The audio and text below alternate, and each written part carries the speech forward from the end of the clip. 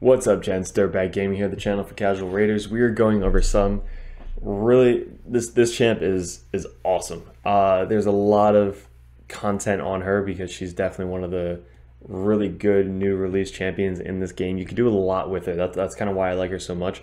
We got her to level 60 as soon as we got her, and the reason why it's tough with her is because of how many books she needs.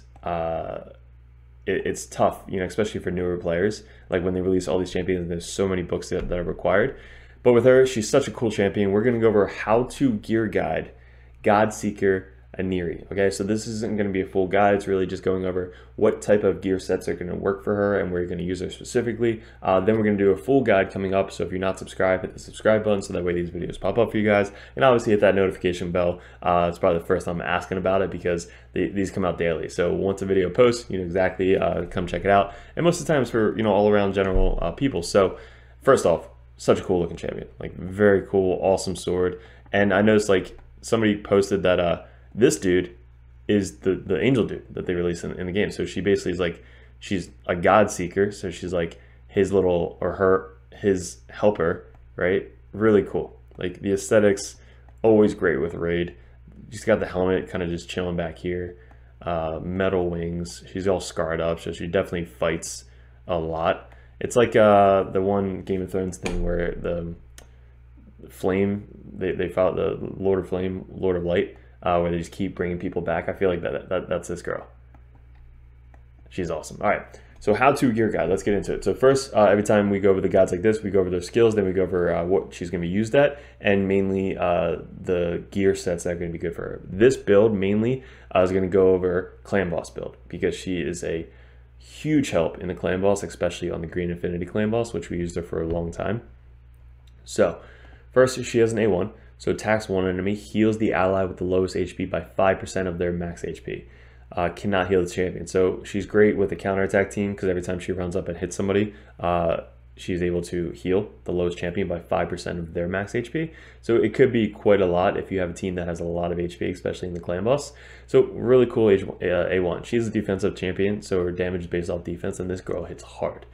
Trust me, she hits really hard. A2, attacks all enemies, so an AoE. Heals all allies by 15% of their max HP, then decreases the duration of all buffs on all enemies by 1 turn, and increases the duration of all buffs on allies by 1 turn. So this is kind of what she's known for in the Clan Boss, is she's going to heal by a crap ton. She attacks at the same time, so she attacks, heals, and extends your buffs. So this is like 3 things all in one. You increase the heal and you increase the cooldown, which you need to book this out if you want to use it for the Clan Boss to get that down to 3 turns. So you can extend the block buffs buff, you can extend counterattack, you can extend increased defense, you can extend all these increased heal, you can extend all these buffs on your team by 1 turn, which most of the time in Clan Boss it's a 3-turn rotation anyway. So it's almost you have it up the entire time. It makes any affinity like work to your favor. So very good skill. You could use accuracy if you wanted this for the decrease buff, but we have Rosin. Rosin just takes away that buff anyway. So you don't need it on her. It's mainly just to extend your buffs. If you extend buffs on your team, you don't need accuracy. It's only to decrease enemy buffs. That's when you need accuracy. This one is a great skill. Revives a dead ally with 50% HP, then fills their turn meter by 50%. So basically it puts them back in line with everybody. I'm not sure exactly if it's like specifically in tune with everybody, but at least you revive somebody back on the Clan Boss, but it also resets their cooldowns, which is very unique. It's like Cardinal, she reses everybody and has 100% turn meter, but doesn't reset the cooldowns, which would be cool. But she reses somebody, gives them pretty good turn meter, and resets the cooldown. So let's say you resed another reser, you resed somebody like Skull Crusher, who now puts up his counterattack and unkillable on himself. Like that could actually come in clutch quite often in the Clan Boss, also in PvP, in PvE. Like such a cool skill to have on a 4-turn cooldown on a champion, like an epic void champion to have a 4-turn res is phenomenal. Very good. Also this, so she just keeps going. This one increases the amount of healing allies receive by 10%. That passive alone is really cool. So she's just going to be healing by so much as well as doing some damage. If an ally is about to get killed by a fatal hit, preempts that hit and instantly places a revive on death buff on the team for 1 turn before the damage is taken. So she can technically revive 2 people. So let's say 1 person gets killed, she puts that revive on death on them, so they come back, and then again she has that heal, which she can then res the other person that died and bring them back to life. So, and they're both on 4-turn cooldowns, like such a low passive cooldown, which is amazing on her. Honestly think if you don't use her in Clan Boss, Relentless gear would be really good on her. Yeah, really good to even make this faster. Anybody in Relentless gear as a healer, as a reser, I just saw Arbiter in Relentless gear in PvP, and I was like, this is ridiculous. So good. So we're going to talk about that. Masteries, we just went down to the normal Clan Boss Masteries. Let me move me. Try to move it, I think. So just regular Clan Boss Masteries going down to War Master. Again, she does hit really hard. And all the way to the right is just giving us more heals. Yeah, just really healing a lot more and increase speed if anybody dies. So pretty simple, but let's go over the artifacts. So what sets are going to be good for her? Obviously the lifesteal set. So the lifesteal set is mainly for the Clan Boss. You can use it for dungeons, you can use it for faction wars. So lifesteal set is not dead. It's still good, it's still used. The new lifesteal set, I guess that's coming out, is the lifesteal plus crit, which just makes things so much easier to get that crit rate up, because anytime you're in Clan Boss and you have lifesteal, you're really relying on that War Master proc. But if you get your crit rate up and you still do damage, you're going to heal back quite a lot. So you want to get that crit rate with the lifesteal, because if you have lifesteal with no crit rate, you're not really doing that much damage, especially in PvE setting, right? So you want crit rate. All right, so what sets are going to be good for her? HP is going to be great for her. Defense, she's a defense champion. This could be good for her. Speed, make her fast. Clan Boss, we're going to go over how I have her built, but these are just other sets that are going to be good for her. Speed, you definitely want to have speed boots, like get her super fast. Crit rate, not too much needed, but she does do damage. Same thing with this, she does do damage, but not necessarily needed. Accuracy, if you really want to land that A2 to decrease the debuff, but you're probably not going to be using her for that. So it's not really needed. So accuracy wouldn't be a suggestion. Resistance, if you want to build a super sick resistance PvP team, I think she'd be a very good candidate for that, but we got resistance. Lifesteal, obviously, you want to use this for Clan Boss and maybe PvE or Faction Wars if you're newer. Fury, probably going to sell that. Usually for Provoke champions, you're going to want to use this. No. Immunity for PvP, also good. She's good in PvP, but also good for PvP is immunity. Shield, she has 15k HP. Not the best shield champion, so you're probably not going to want to do shield. Relentless, yes, 100%. I would put Relentless on literally anyone, any champion that can res. It just increases the chances to proc it. You go more turns. It's just such a cool thing in the game to have, is Relentless. Savage, again, good for PvP if you want to have her do damage, which again, she can do damage, so this is actually, you could do that. Destroy, not really needed because she's not going to be mainly your damage dealer in the Scarab King, and she doesn't have any turn meter manipulation for that, so probably not going to want to put Destroy in there. Stun set, she does have an AoE on a 3-turn, so if you want to use her in Faction Wars with a stun set, you could do that. I've done that before with other champions, like Stag Knight, with a stun set. No poison, none of this stuff. Stalwart is an option if you have Bad L, who provides a lot of healing. So if you put a Stalwart set, she takes 30% less damage from AoE attacks, and she's probably not going to be your stun target. So Stalwart is actually a really good set for her if you have a really good healer like Bad L, and she also provides healing. So again, highly recommend the Stalwart set. We got to sell that stuff. No, she's a defense type champion.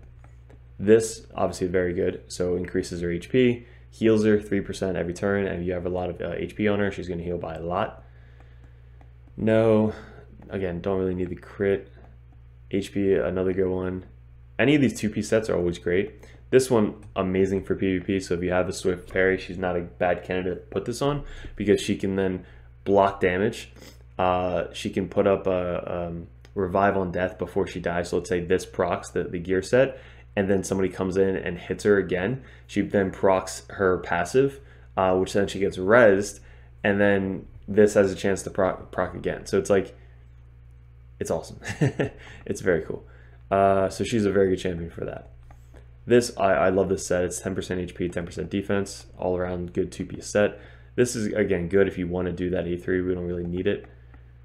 And immunity for PvP, and none of this. And this potentially if you really want to mess around with freeze. But those are all the gear sets I would suggest. We went with the lifesteal set and the immortal set with extra HP.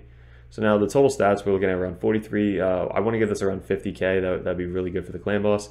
3800 defense, which is decent. 193 speed. Now with the speed with her, you want her to go after Skull Crusher if you can. Now why is that? Is because you want to extend all of the buffs you're placing on your team by 1 extra turn. So if she goes before Skull Crusher, she's not going to be able to extend that buff correctly.